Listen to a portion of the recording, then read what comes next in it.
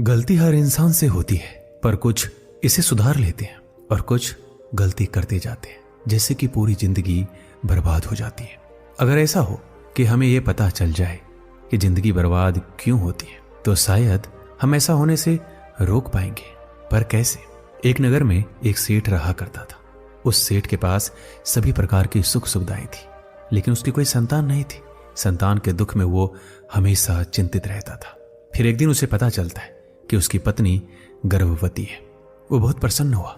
उसने अपनी पत्नी का पूरा ख्याल रखा। फिर उनके घर एक लड़के ने जन्म लिया।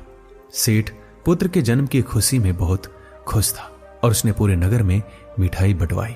सेठ ने अपने बेटे के पालन पोषण में कोई कसर नहीं छोड़ी। देखते देखते उसका बेटा बड़ा हो गया। फिर सेठ ने अपने पुत्र को गुरुकुल भेजने का निर्णय लिया ताकि वो पढ़ लिख कर एक अच्छा इंसान बन सके। अभी उसके पुत्र की उम्र ज्यादा नहीं थी, लेकिन छोटी सी उम्र में अपने बेटे को शिक्षा ग्रहण करने के लिए गुरुकुल भेज दिया।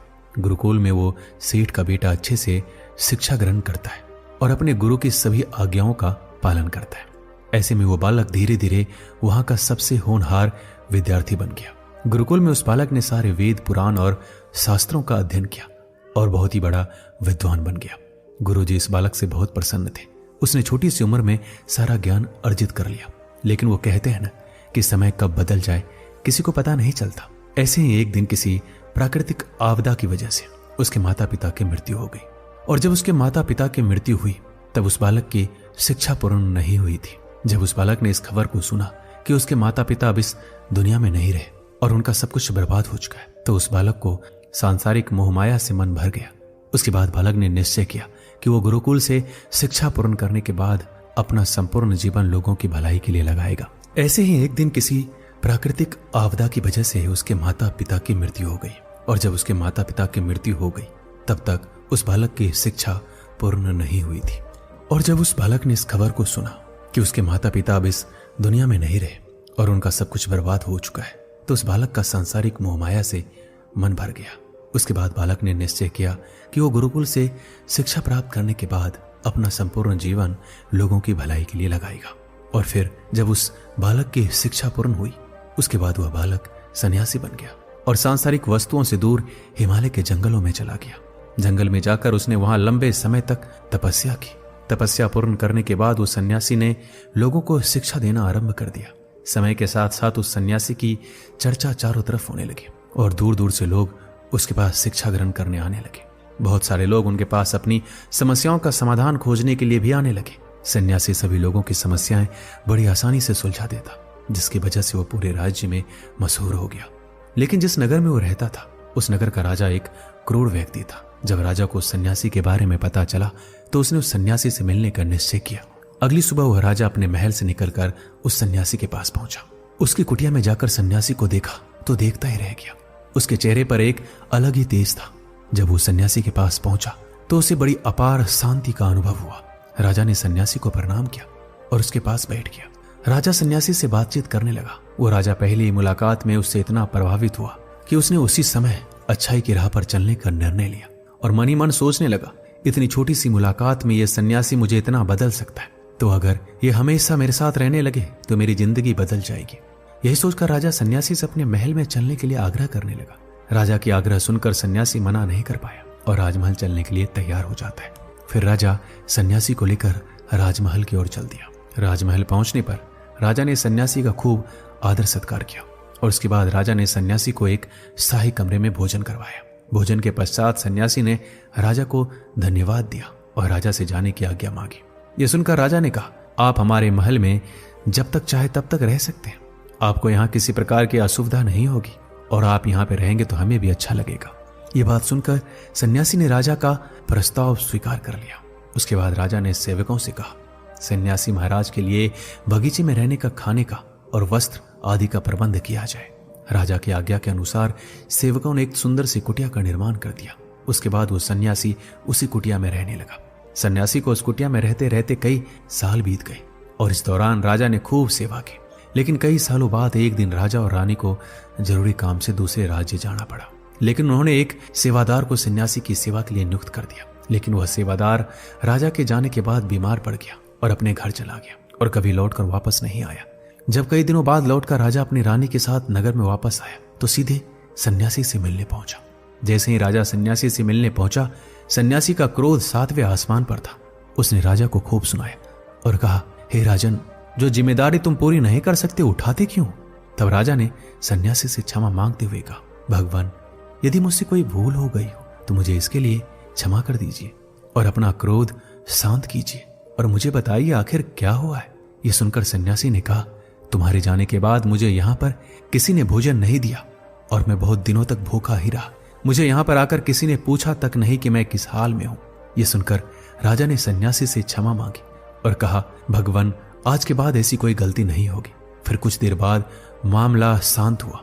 जब राजा और सन्यासी के बीच वार्तालाप चल रही थी तो रानी ये वार्तालाप चुपके से सुन रही थी, सब देख रही थी। उसके बाद राजा ने सन्यासी से किसी भी शिकायत का मौका नहीं दिया, खूब सेवा की। लेकिन कुछ दिनों बाद राजा को फिर से जरूरी काम से अपने राज्य से बाहर जाना पड़ा। लेकिन इस बार राजा ने राज्य से बाहर जाने से पहले अपनी रानी को कहा कि जब तक मैं ना आऊं तब तक आप सन्यासी बाबा की देखभाल करना। यह सुनकर रानी ने कहा, जी महाराज, आप निश्चित होकर जाइए, मैं सन्यासी महाराज की अच्छे से देखभाल करूंगी। उसके बाद रानी हर रोज भोजन बनाकर सन्यासी महाराज को भेज देती। लेकिन एक दिन रानी नहाने के लिए चली गई और सन्यासी को भोजन देना भूल गई। सन्यासी ने काफी देर तक भोजन का इंतजार किया, लेकिन जब भोजन नहीं आया तब सन्यासी सोच में पड़ गया कि आज खाना क्यों नहीं आया। उसके बाद सन्यासी ने सोचा वह खुद जाकर देखेगा कि अब तक खाना क्यों नहीं आया, और फिर वो महल पहुंच गया। जब वो महल के अंदर पहुंचा तो उसकी नजर रानी पर पड़ी। रानी के लंबे लंबे घने घने बाल जो उसकी कमर पर लहरा रहे थे, उसकी कजरारी आंखें जो देखने मात्र से ही घायल कर दे, उसकी हिरनी जैसी चाल, इतने सुंदर रूप को देखकर सन्यासी चकित हो गया और रानी की सुंदरता सन्यासी के मन में घर कर गई और वो वहां से बिना कुछ कहे अपनी कुटिया में लौट आए। सन्यासी रानी के रूप और सौंदर्य को भुला नहीं सका और खाना पीना छोड़कर अपनी कुटिया में पड़ा रहा। उसने कई दिनों तक कुछ भी नहीं खाया।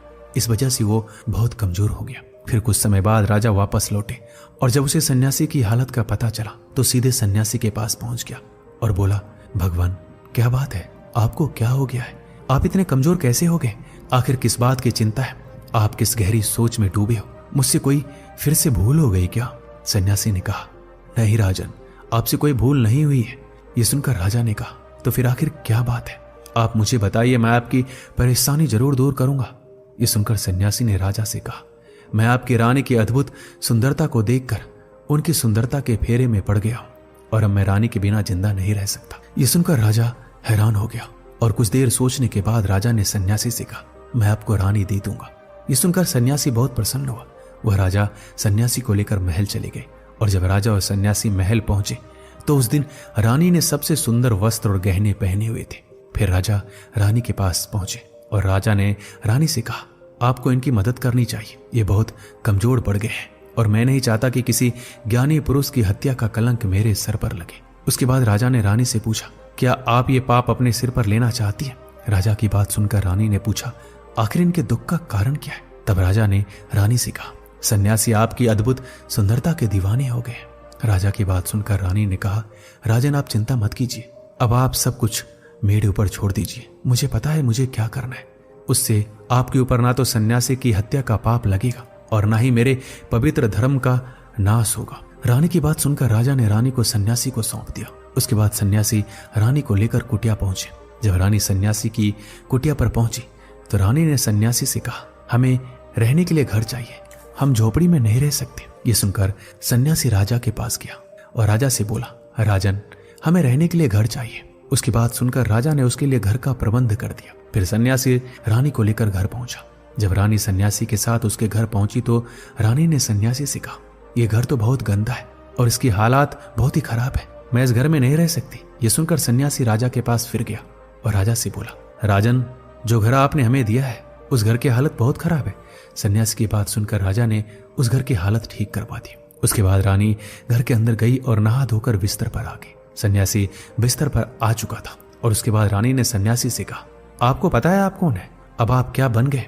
आप एक महान सन्यासी थे जिसके लिए राजा खुद सारी जरूरतों की वस्तुएं उपलब्ध कराते थे, जिसके पास लोग दूर दूर से ज्ञान ग्रहण करने आते थे, जो लोगों को सत्य की राह दिखाया करते थे, जिन लोगों की समस्याओं का समाधान करते थे, जिनको सभी लोग एक गुरु मानते थे, जिनकी भगवान के रूप में सब लोग पूजा किया करते थे, और आज आप वासना के कारण मेरे गुलाम हो गए। रानी की बात सुनकर सन्यासी को एक झटका लगा। उसे महसूस हुआ वो तो एक सन्यासी है और ये सब क्या कर रहा है।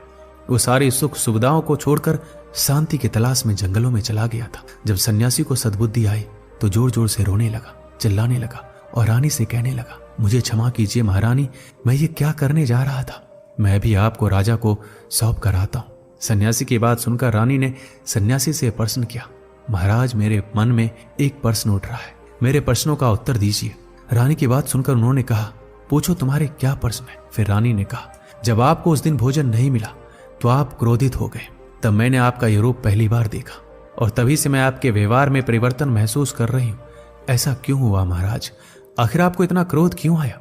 रानी की बात सुनकर सन्यासी ने रानी को समझाया, जब मैं जंगल में था तब मुझे समय पर भोजन नहीं मिलता था, लेकिन जब मैं महल में आया तो महल में आने के बाद मुझे सारी सुख सुविधाएं मिली और फिर मैं इन सभी सुख सुविधाओं के मोह में फंस गया और मुझे इनके प्रति लगाव उत्पन्न हो गया और फिर मुझे इसको पाने की लालच उत्पन्न हो गया। जब मुझे नहीं मिला तो मेरे अंदर क्रोध उत्पन्न हुआ। फिर सन्यासी ने कहा, सच तो यह है कि अगर इच्छा पूरी नहीं होती तो क्रोध उत्पन्न होता है और अगर इच्छा पूर्ण हो जाए तो लालच बढ़ जाता है। सन्यासी ने रानी से कहा, यह इच्छा की पूर्ति ही मुझे वासना के द्वार तक ले आई है और मैं आपके प्रति आकर्षित हो गया। इसके बाद सन्यासी रानी को सीधा लेकर राजा के पास गया और बोला, राजन मुझे क्षमा कर दीजिए, मुझे अपनी गलती का एहसास हो गया। ये लो आपकी रानी, मुझे ये सब नहीं चाहिए। मैं अपनी इच्छा के वशीभूत होकर यह गलत कार्य करने जा रहा था और अपने जीवन को बर्बाद कर रहा था, लेकिन अब मुझे समझ आ गया है।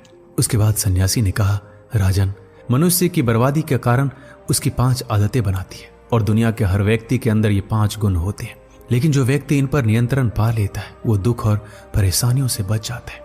वहीं जो व्यक्ति इन 5 दोषों पर नियंत्रण नहीं कर पाता वो बर्बाद होने के कगार पर पहुंच जाता है। यह सुनकर राजा ने कहा, महाराज मुझे 5 आदतें बताइए जिनसे मनुष्य की बर्बादी हो जाती है। फिर सन्यासी ने राजा को बताया, हे राजन, मनुष्य को बर्बाद करने वाली पहली आदत है इच्छा, क्योंकि इच्छा ही मनुष्य के हर एक व्यक्ति के अंदर सबसे पहले जन्म लेती है और जो व्यक्ति अपनी इच्छाओं को नियंत्रण में नहीं रख पाता है जीवन के किसी भी क्षेत्र में सफल नहीं हो पाता, क्योंकि जैसे ही उसकी इच्छा पूर्ण होती है उसकी दूसरी इच्छा बढ़ने लगती है, दूसरी इच्छा पूर्ण होती है तो तीसरी का जन्म होता है।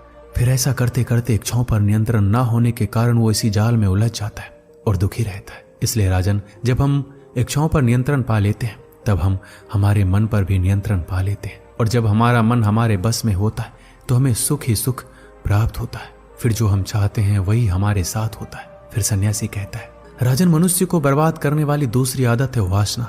वासना का जन्म हमारे मन में उठने वाली इच्छाओं से होता है। जिस प्रकार इच्छा का कोई अंत नहीं होता और मनुष्य वासना के जाल में फंसता चला जाता है, वासना के वशीभूत होकर मनुष्य को कुछ भी नजर नहीं आता। आज तक जितनी भी लड़ाइयां हुई उनका सबसे बड़ा कारण स्त्री को पाने की इच्छा ही रही है। स्त्री के प्रेम में वशीभूत होकर राजा महाराजाओं ने आज से पहले बहुत सारे युद्ध किए। रावण तो संसार का सबसे बुद्धिमान व्यक्ति था, लेकिन उसने भी माता सीता की सुंदरता के मोह में आकर अपना सब कुछ बर्बाद कर लिया। उसकी मृत्यु का कारण एक स्त्री बनी। कई राजा महाराजा तो युद्ध हार गए क्योंकि लोग रास लीला रचाने में रह गए। ईश्वर ने तो इस तरह की उत्पत्ति संसार को बढ़ाने के लिए की है, लेकिन आजकल लोग इसे अपनी वासना का शिकार बना लिया है, अपने मनोरंजन का साधन बना लिया है और जब उन्हें अपना ये मनोरंजन नहीं मिलता तो पागल हो जाते हैं। फिर सन्यासी कहता है, राजन मनुष्य को बर्बाद करने वाली तीसरी आदत है क्रोध, क्योंकि जब मनुष्य के मन की बात नहीं होती तब उसके अंदर क्रोध पैदा होता है और जब मन को क्रोध आता है तब उस पर नियंत्रण नहीं होता। फिर वो क्रोध में आकर कोई गलत निर्णय ले लेता है और दूसरों को भला बुरा कहता है, गालियां देता है और जब उसका क्रोध शांत हो जाता है तो अपनी गलती का एहसास होता है, लेकिन तब तक क्रोध में सब कुछ बर्बाद हो चुका होता है। क्रोध के कारण अंदर से मनुष्य कमजोर हो जाता है और एक कमजोर मनुष्य कुछ भी नहीं कर सकता, उसे कभी सफलता नहीं मिल सकती। फिर सन्यासी कहता है, राजन चौथी आदत है लालच, क्योंकि लालच इंसान को स्वार्थी बना देता है और इंसान अपने लालच के चलते कभी भी कोई भी गलत काम करने के लिए मजबूर हो जाता है। और 5वां कारण है घमंड।